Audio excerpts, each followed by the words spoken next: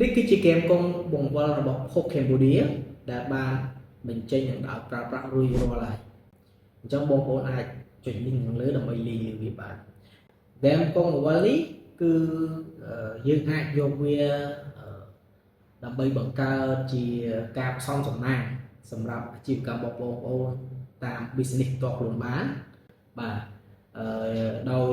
យើងអាចបង្កើតជារង្វាន់ផ្សេងៗទៅលើកុំបង្វិលនេះបន្ទាប់ពីបងប្អូនបង្កើតនេះហើយបងប្អូនអាចចុចលើអាបង្វិលនេះមកដើម្បីលេងនិងចាប់យកបង្វិលនេះគឺចាំមើល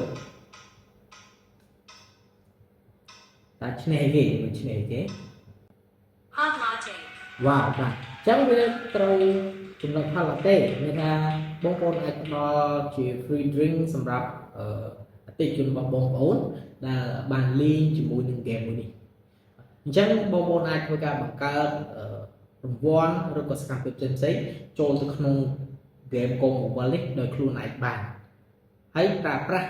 សម្រាប់អាជីវកម្មបងប្អូន free តែម្ដងគឺខាង Cambodia អត់គិតលុយទេដោយចុច link ខាងលើដើម្បីលេងទៅលើ game មួយនេះសូមអរគុណ